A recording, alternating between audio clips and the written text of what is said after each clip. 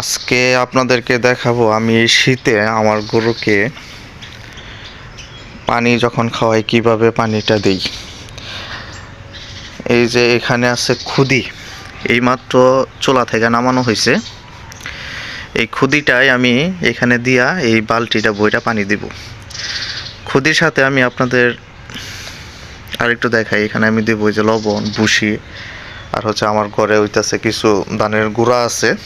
এই গুঁড়া দিয়া মিক্সার কইরা এক বালতি পানি দিব। এই খুদিটা এইমাত্র নামানোর উদ্দেশ্য হইল এইটা দিয়ে আমি কুসুম গরম পানি বানাবো। ঠান্ডা পানি দিলে যে শীত, আমরা টিকতে পারি না, আর গরু কিভাবে টিকবে। ঠান্ডা পানি দিলে আমি এর আগে ঠান্ডা পানি দিছিলাম, ঠান্ডা পানি খাইয়া গরু একা একাই কাঁপতাছে।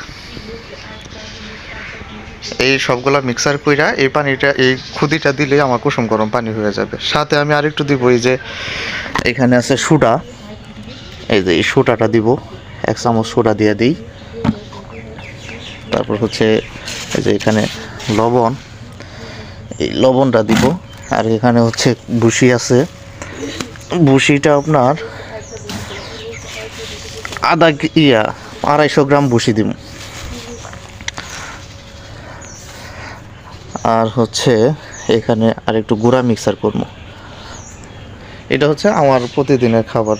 আগে ঠান্ডা পানি খাওয়াইতাম, এখন গরম পানি খাওয়াই। গরম পানি না দিলে গরু শরীর কাঁপাকাঁপি করে।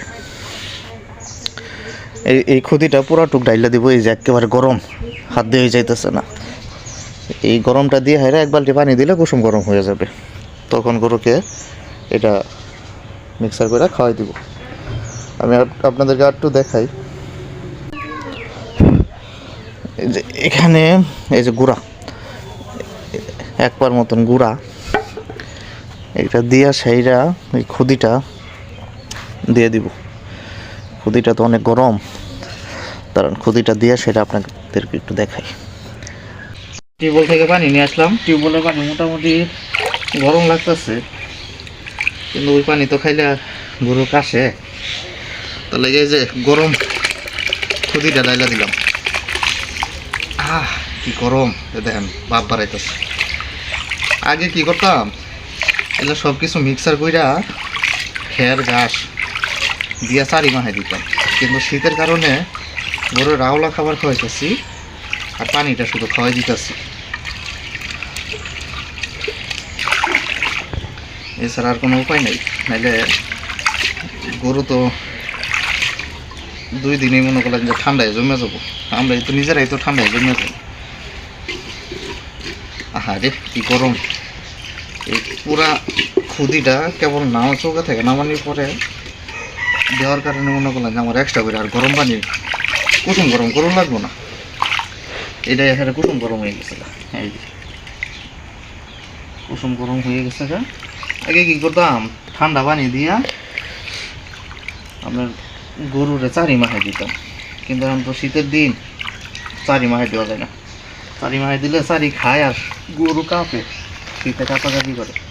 তার লাগে আর চারি মাহে দিলে খাওয়া খাবার দিই, খাবার দিয়ে এটা মনে করলেন যে খালি পানিটা খাওয়াই দিই। এই যে রাতের বেলা শীতের সময় গরুরে আপনার এই যে এখানে আমি খের বিছাই দিই, যেহেতু অনেক ঠান্ডা, নাহলে কাশাকাশি করে। আর এই কী করে, মুইত্যা টুইত্যা হেরে মনে করলেন যে বিদিস্তা করে। আর একটা ব্যাড হ্যাবিট আছে, এ মনে করলেন যে নেদাই হাইরা আপনার মনে করলেন নেদা পাড়াইয়া ডইলা হারে। এই যে সকালে আওলা খাবার দিছি, খালি খের দিছি। আগে কি করতাম, এই পানিটা দিয়া আমরা এটা মাহাই দিতাম, কিন্তু মাহাই দিই না শীতের কারণে। দেখেন পানি নিয়ে আসছি কীভাবে করতেছে।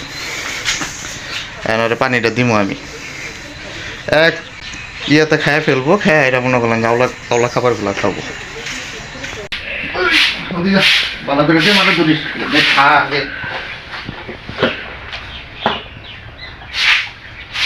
আমার সিং দেওয়ার কথা পারিস না, তাহলে কিন্তু আমার কিন্তু হাসপাতাল যাওয়া লাগবো না, বুঝিস।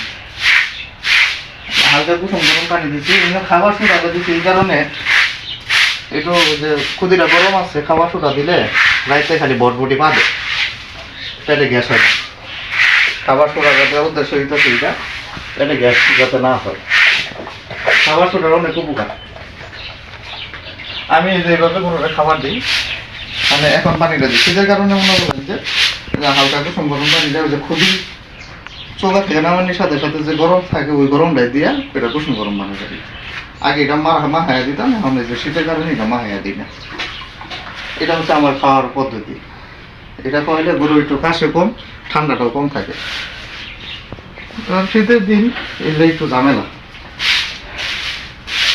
ঠিক আছে, সবাই ভালো থাকবেন। আসসালামু আলাইকুম।